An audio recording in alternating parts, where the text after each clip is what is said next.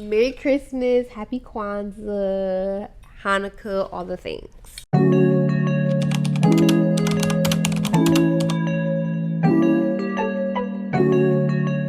Welcome back to Evolve and Still the podcast. As you can see, it is our holiday episode. We are so excited to be back with the jar and to answer some questions.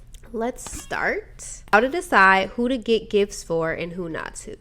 Starting off messy. Okay. How do you decide who to get gifts for and who not to? Really, I am a gift giver. Okay, I love giving gifts. That's my love language. That's how I show people love. Oddly enough, it's not how I receive love. I don't know. But I show love to people by giving gifts. And so for me, this is pretty easy. Like, I try to give everybody that I care about a gift, even if it's a small gift. But I think sometimes you have to have a chopping block. It is definitely levels to this gift giving business. Like, my partner, my mom, my sister, we need a big gift, a decent size gift. My friends, we're going a little bit, I'm still going to get you something great, but I can't get my sister a $500 necklace and also get you a $500 necklace, baby. We're going to maybe Ulta, gift card vibes. And then like coworkers and things like that, I don't really, unless we're doing like a Secret Santa, some situation, I don't really like to participate because sometimes you don't like the gifts they gave you and then you feel like I went out my way, I put all this effort in. Save yourself the trouble. Just give gifts and exchange gifts with your loved ones, not just like obligations. It's like work dinners. Like, why? I don't want to. I want to go home. So that's how I decide who I'm getting a gift to and who I'm not. But, let me know if I'm a little bit rude. Okay, so when you are in a new relationship that started October or later, do you buy that person a gift? Me personally, you're asking if I would buy it. Okay, if I got into a relationship in October, like a relationship, like me and this person are together, or are we just dating? Dating.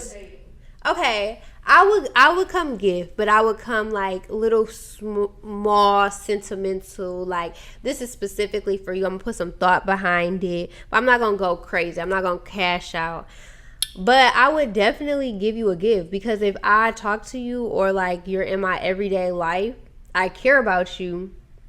So I'm going to get you a gift. Even if it hasn't even been like that long, at the point where it's like, okay, this is a person in my orbit. It's like, why not? I wouldn't go out my way to not get them a gift, and I give everybody gifts. So it would just kind of be like easy for me. How would you feel if you got somebody a gift who did not get you one? Would you still like give them the... I feel a little targeted. Just because I don't know how you want me to answer this question. Honestly. Apparently. But I don't know. I would feel away if I got, especially if it's like a romantic relationship, I would feel away. I love gifts and I am like very vocal about that. So I feel like you should that's just what you should be doing. I don't know. Like, I have had the fortunate experience of having great dating experiences, right? And so everyone I've dated, I've never had to deal with that in real life. But I think it's because, like, I don't give off the energy that you shouldn't give me a gift. And I don't give off the energy that I'm not going to get you a gift, right? So, like, I think that's just, like, especially if we're actively dating, like, I don't think anything about me says no gift at all. I will say that I feel like men don't always like holidays, so they don't always think about the things that like a woman thinks about, and they don't always like, just because the timeline makes sense in my head, they might not think about it. But what I will say is that as you learn more about your partner, no more excuses. I let you have it. I let you have it the first time because maybe you don't like that, maybe you don't, whatever. But I feel like after a while, you need to kind of tap in. And for me, I've always had good dating experiences, but I've also had to like tell people like, no, my birthday is a national holiday. You don't like your birthday, and I hate that for you. I'm going to try to convince you to like your birthday over time, but while we're here right now, we need to know that Ebony's birthday is a national holiday that should be observed. Like, I don't know what you do on your side, but we're moving into things a little differently. And that's the way to make a loving relationship last. Compromise. Only compromise the right way, by the way.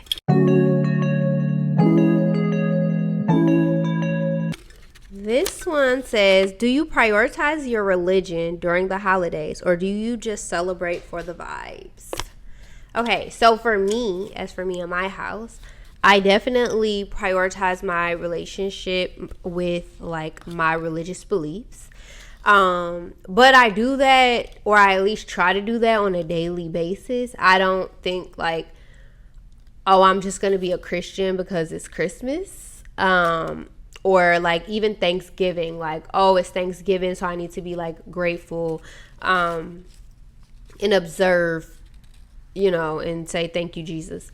I do that on a daily basis, or at least I try to. And so I think that I'm definitely not here just for the vibes. There are certain things like Thanksgiving, it's an attack on education. So we don't know the beginning of Thanksgiving. A lot of people don't. I'm going to tell you to Google it, and then come back and then comment and say, oh my gosh, thank you so much for letting me know that this country is.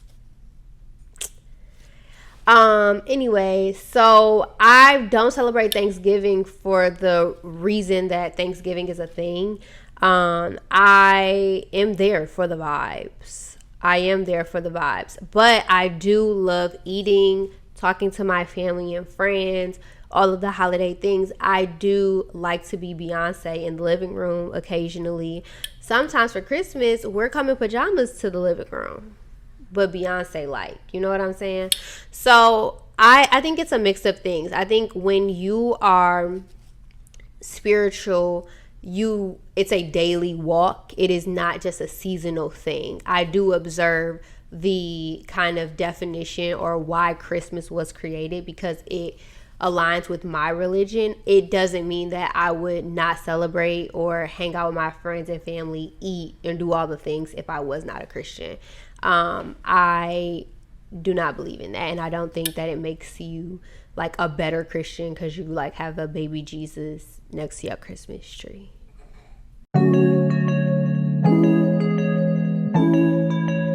Next question. What's one way to maintain healthy habits during holiday celebrations? Okay, so I go to this one gym, and at this one gym they said, oh, we got a healthy holiday challenge, and they said it's gonna be a good fun time. I said, oh, tell me more.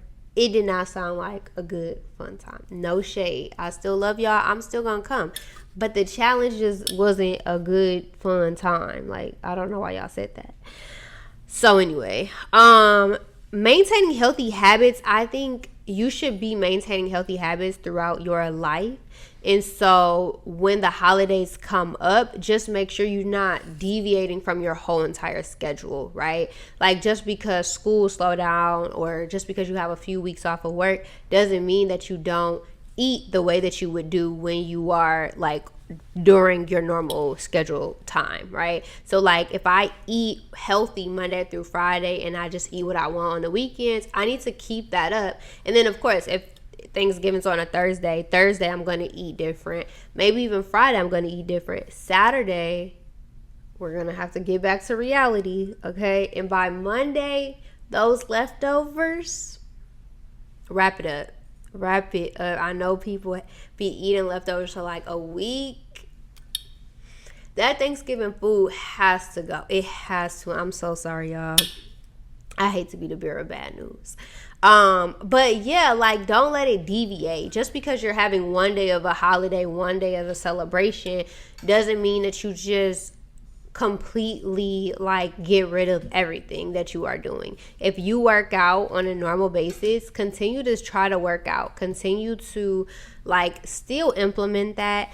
And even in life, like if I'm going on vacation and I know I'm not going to be able to keep my schedule the same way, I will implement and I'll like, work out a lot more before I go on vacation. That way I can enjoy my vacation. I can relax. I can eat what I want. And then when I get back, I'll just have to like pick back up. Sometimes I work out on vacation, not often. But if I do get a little workout in, it's cool. The whole idea is that to maintain healthy habits during the holidays, you first have to maintain healthy habits in life. And once you do that, just don't let the idea of a holiday completely derail your life. What are some realistic ways to avoid burnout amidst holiday obligations and events? Say no. Say no. You have to say no to things and everything, every Christmas party, some things you're not going to make. Some things you have to just say, I don't want to. Merry Christmas, though. Like, you have to be able to have your own boundaries, and that's the only way that you can avoid burnout. I have a friend who doesn't live in the city anymore, but when she comes in the city, she like her schedule is packed. Every day she's doing at least 5 things, seeing at least 3 different people. Why would you do that to yourself? And it's like, yeah, when you're going home, you're so ready to go home because you're trying to squeeze everybody in. And sometimes you just can't see people. Like I have another friend who lives out of town, and when she's in the city, she'll tell me like, hey, I'll be in the city, like we should plan dinner or whatever. Or sometimes she'll be like, yeah, I'm coming to the city, but I probably won't have time to see you this time. No problem. Cool. You have to have boundaries and set them, and don't say yes to every single thing just because you want to be in the know. Simple.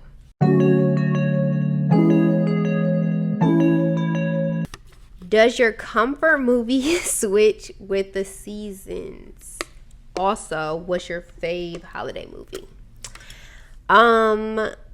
My comfort movie does and does not switch with the seasons, because one thing about me, I'm gonna watch Parent Trap. I don't care. Rain, sleet, snow, sunny, I'm gonna watch it. But I do have like favorite holiday movies. I do have a favorite holiday movie that kind of during the season it kind of trumps Parent Trap, but me and Parent Trap still locked in like this, so it's kind of just like we're adjusting here, and so my favorite holiday movie is, and arguably the best holiday movie, would be Home Alone 2 specifically. Home Alone 1, close second. The Grinch. What are we talking about? Those are like, if you say a holiday movie and it's not those 3, I'm confused. What were you watching?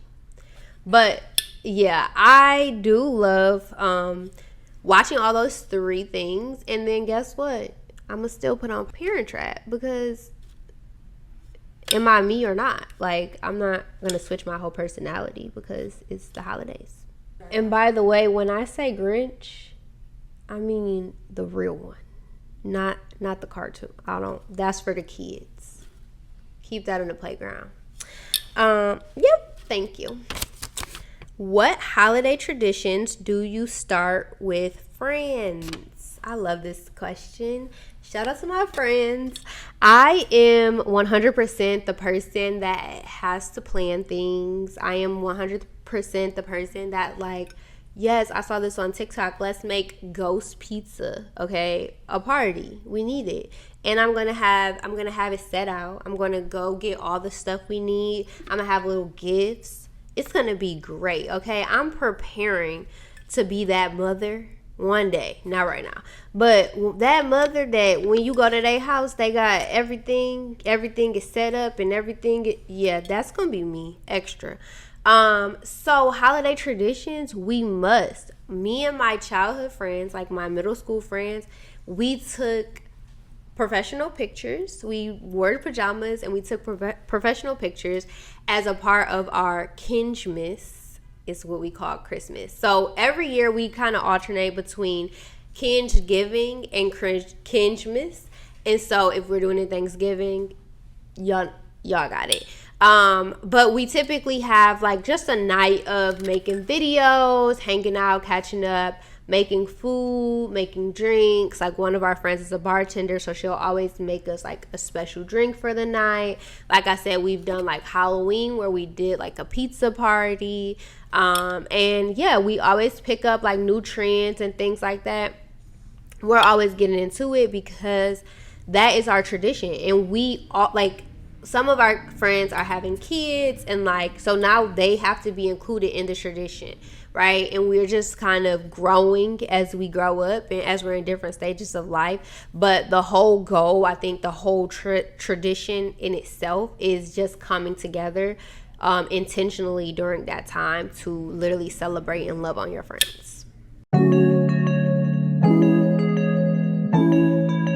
With that being said, how do you cope with your emotions during the holiday season?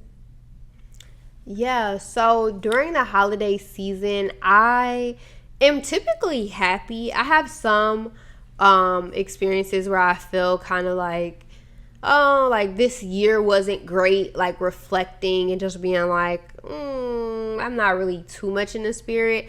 I will force myself to get into the spirit. Once the tree goes up and once, like, you know, I'm playing all the Christmas movies, the Christmas music, all the things. So I don't have such a terrible time around the holidays, but I think that is very common. And I think that when people do have like rough times around the holidays, it's really helpful for them to surround themselves with people and family and friends that love them and that understand where they are. And like, there's so many reasons why people get sad around the holidays. Losing someone, even if you didn't lose them around that time, just the thought of like, oh, I'm celebrating Christmas without this person. I had that experience during my birthday.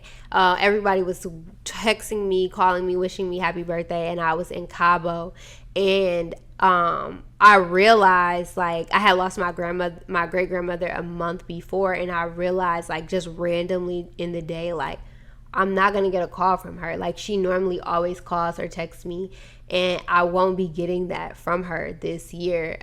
So just trying to adjust to a new normal. I think that is like a part of life, a part of grieving. Just having those waves of like, oh my God, that person's really not here. I think also just the seasonal like aspect of like not having the sun. Seasonal depression is real. Holidays, I hear a lot of people like they're sad because they're not like in relationships. I don't really know about that one, but you know, some people are sad because of many different things. They feel like they don't have the love that they want, even if it's not just a romantic relationship, but friendships. Like, they just feel kind of lonely.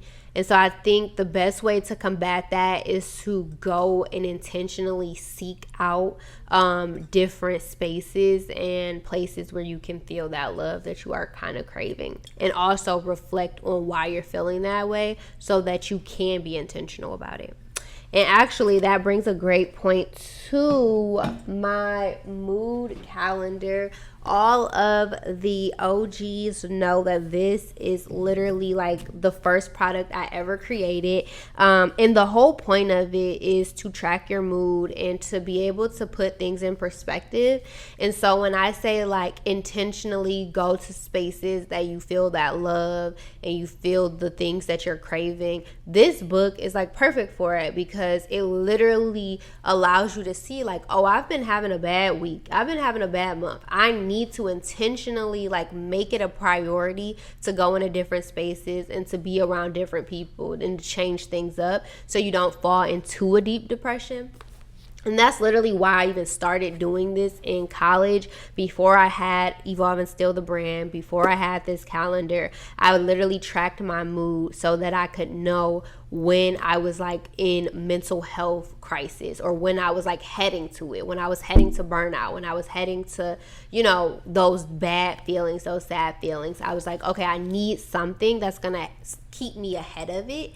And then also when I get there, if I find myself there, what do I do? Intentionally change your narrative. That's literally what Evolve and Still is about. No matter where you are in life, you have the power to evolve still. And so this calendar is so special to me, and I love like the cover this year too, but it's just such a staple in life. No matter where you are in life, like you can be school age, you can be in college, you can be working a job. Like it's so important to know where you are and how you're feeling and be able to pivot and change things if you need to. So if you're interested in this book, you can click the link below and go to the website and purchase. Thank you for tuning in to this episode of Evolve and Still the podcast. If you like this episode, like and subscribe, and comment below if you have any questions that you want to see on the next episode. Happy holidays!